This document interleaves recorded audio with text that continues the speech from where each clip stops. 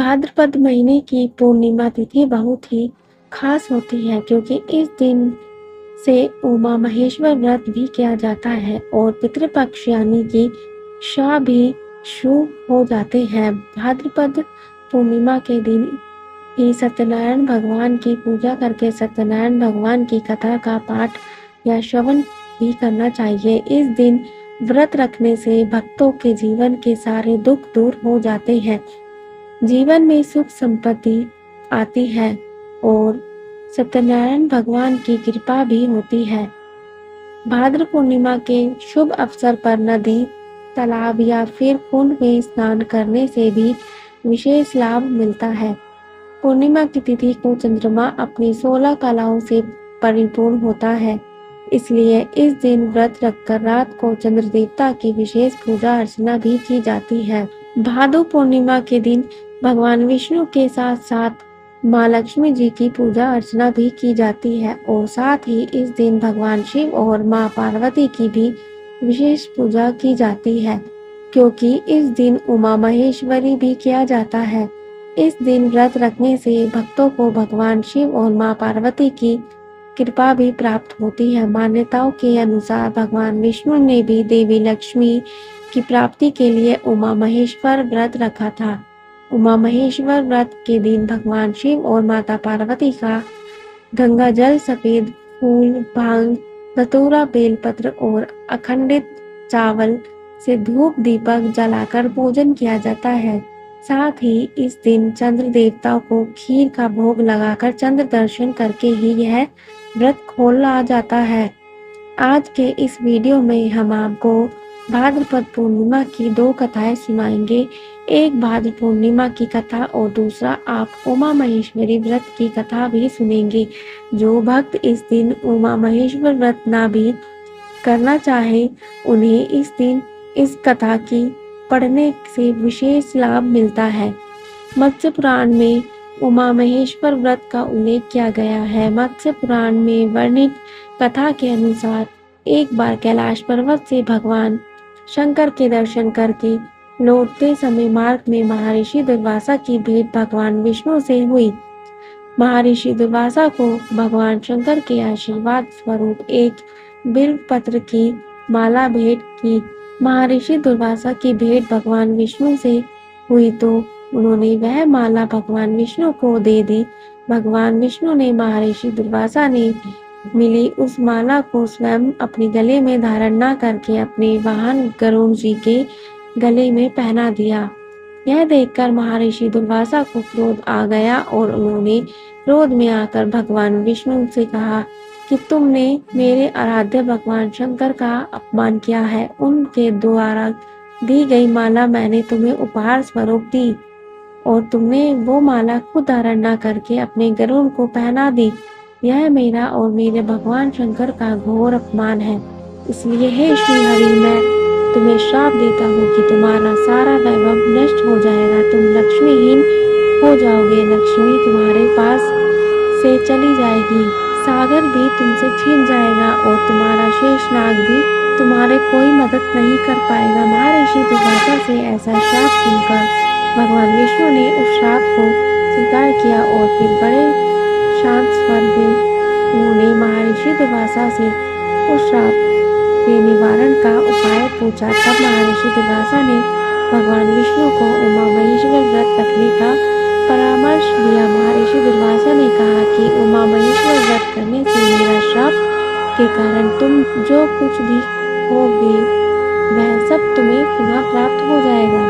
तब भगवान विष्णु ने भाद्रपद महीने की पूर्णिमा पर उमा महेश्वर व्रत का अनुष्ठान किया और इस व्रत के प्रभाव से महर्षि दुर्वासा के द्वारा दिया गया श्राप भी दूर हो गया और लक्ष्मी जी के साथ साथ उन्हें जो भी वस्तुएं खोई थी उन्हें वह सब पुनः प्राप्त हो गई। अब सुनिए भाद्रपद पूर्णिमा के दिन की जाने वाली विशेष व्रत कथा। द्वापर युग में एक समय की बात है कि यशोदा जी ने श्री कृष्ण से कहा, श्री कृष्ण, तुम सारे संसार के उत्पन्न करता, पोषक और उसके संहार करता हो। आज कोई ऐसा व्रत मुझसे कहो जिसे करने से मृत्युलोक में स्त्रियों का विधवा होने का भय ना हो। यह व्रत सभी मनुष्य की मनोकामनाएं की पूर्ण करने का हो।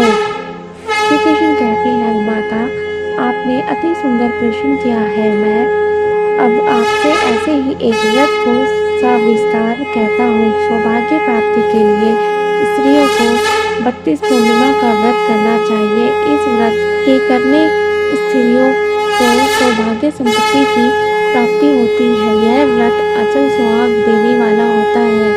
यशोदा जी कहने लगी, कृष्ण सबसे पहले इस व्रत को मर्त्यलोक में किसने किया था और इस व्रत में कौन सी कथा पढ़ी या सुनी जाती है, इसके विषय में भी विस्तार पूर्वक मुझे बताओ। भगवान श्री कृष्ण कहने लगे कि इस भूमंडल पर एक अत्यंत प्रसिद्ध चंद्रहास से पाली अनेक प्रकार के रत्नों से परिपूर्ण काती का नाम एक नगरी थी। वहां पर धनेश्वर नाम का एक ब्राह्मण था और उसकी अति सुशीला और रूपवती थी पत्नी। दोनों ही इस नगरी में बड़े प्रेम के साथ रहा करते थे। घर में धन धान्य की आदि की कोई कमी नहीं थी। उन्होंने एक बड़ा दुख था कि उनकी कोई संतान नहीं थी। इस दुख से अत्यंत दुखी रहते थे। एक समय एक बड़ा तपस्वी योगी उस नगरी में आया। वह योगी उस ब्राह्मण के घर को छोड़कर अन्य सभी घरों में भिक्षा लेने जाता था, परंतु उस घर से भिक्षा नहीं लेता था। उस योगी ने एक दिन रूपवती से भिक्षा न लेकर किसी और से भिक्षा ली और गंगा किनारे जाकर भिक्षा में मिले अन्न को प्रेम पूर्वक खा रहा था कि धनेश्वर ने योगी का यह सब कार्य किसी प्रकार से देख लिया। अपनी भिक्षा के अनादर से दुखी होकर धनेश्वर योगी से बोला, महात्मा आप सभी घरों से भिक्षा लेते हैं, परंतु मेरे घर की भिक्षा आप कभी नहीं लेते। इसका क्या कारण है? योगी महाराज कहने लगे, निसंतान के घर की भीख पतियों के अन्न के तुल्य होती है और जो पापियों का अन्न खाता है वह खुद भी पापी हो जाता है। क्योंकि तुम निसंतान हो तो इसलिए पतित हो जाने के डर से मैं तुम्हारे घर भिक्षा नहीं लेता। धनेश्वर यह बात सुनकर बहुत दुखी हुआ और हाथ जोड़कर योगी के पैरों में गिर पड़ा और बड़े विनीत स्वर से कहने लगा, महाराज अगर ऐसा है तो आप मुझे पुत्र प्राप्ति का कोई उपाय बताइए। आपको सर्वज्ञ है, मुझ पर अवश्य ही आप कृपा करेंगे। धन की सुख की मेरी कोई कमी नहीं है, परंतु मैं संतान न होने के कारण अत्यंत दुखी हूँ।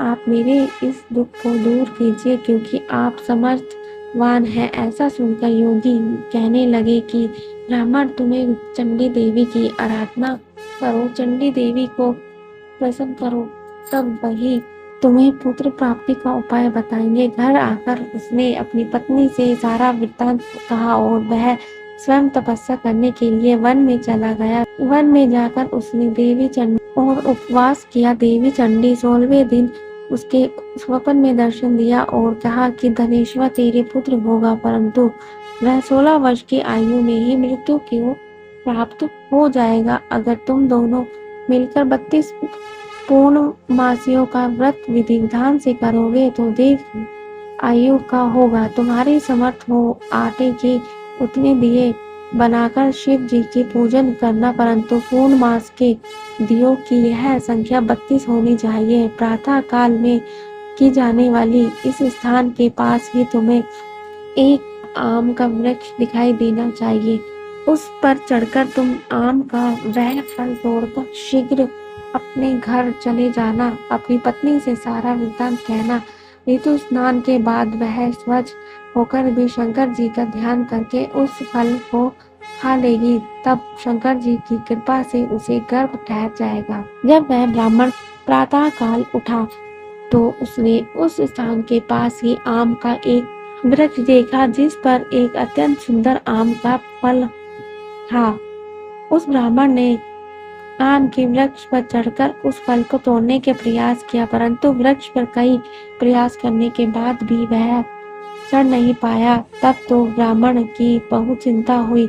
विघ्न विनाशक गणेश जी की वह वंदना करने लगा कि हे दयानिधे, अपने भक्तों के विघ्नों का नाश करके उनके मंगल कार्य को करने वाले, हे दुष्टों का नाश करने वाले, रिद्धि सिद्धि के प्रदाता, आप मुझ पर कृपा इतनी करे कि शक्ति की मैं अपने मनोरथ को पूर्ण कर सकूं। इस पर गणेश जी की प्रार्थना करने से उनकी कृपा से धनेश्वर शीघ्र ही वृक्ष पर चढ़ गया और उसने उस अति सुंदर आम का फल जो देखा था उसे तोड़ लिया और घर जाकर अपनी पत्नी को दिया। पत्नी ने पति के कहे अनुसार उस फल को खा लिया और कुछ ही महीने बाद गर्भवती हो गई। देवी की कृपा से उसे अत्यंत एक सुंदर पुत्र प्राप्त हुआ जिसका उन्होंने देवीदास रखा नाम। देवीदास जब बड़ा हुआ तो उसे मामा के साथ पढ़ने के लिए काशी भेज दिया। उन दोनों साथ एक दुर्घटना घट गई जिसके कारण धोखे से देवीदास का विवाह हो गया। देवीदास ने कहा कि यह अल्पायु है परंतु फिर भी जबरन उसका विवाह करवा दिया गया। कुछ समय के बाद उसके प्राण लेने आया लेकिन ब्राह्मण दंपति ने 32 पूर्णिमा का व्रत रखा इसलिए काल उसका कुछ भी नहीं बिगाड़ पाया। इस कथा के अनुसार मन से पूर्णिमा के दिन व्रत करने से संकटों से मुक्ति मिलती है, दीर्घायु होती है और सभी मनोकामनाएं भी पूर्ण हो जाती है। पूर्णिमा के दिन श्री सत्यनारायण भगवान का व्रत करके सत्यनारायण भगवान की कथा भी अवश्य ही पढ़नी चाहिए। सत्यनारायण भगवान की कथा की अवश्य ही पढ़नी और सुननी चाहिए। श्री सत्यनारायण भगवान की कथा का पाठ सूर्यास्त से पहले पहले कर लेना चाहिए। सत्यनारायण भगवान को भोग में लगाने के लिए पंचामृत जिसमें तुलसी दल अवश्य डालकर रखें या फिर आप आटे के घी में भूनकर उसमें चीनी मिलाकर उसका प्रसाद तैयार कर कथा सुनते समय भगवान के सामने रखें। कथा समाप्त होने के बाद भगवान से उस भोग को स्वीकार करने का आग्रह करते हुए प्रसाद रूप में इस भोग को सभी लोगों में बांटकर खुद भी ग्रहण करना चाहिए। यह थी आज की कथा। कथा समाप्त के बाद कमेंट बॉक्स में हरे कृष्णा जरूर लिखिए। जय श्री कृष्णा, हरे कृष्णा। अगर आप सभी को भक्तजनों को वीडियो पसंद आए तो सब्सक्राइब करिए, लाइक करिए, कमेंट करिए और शेयर करिए। धन्यवाद। अब हम मिलते हैं अगली वीडियो के साथ। हरे कृष्णा।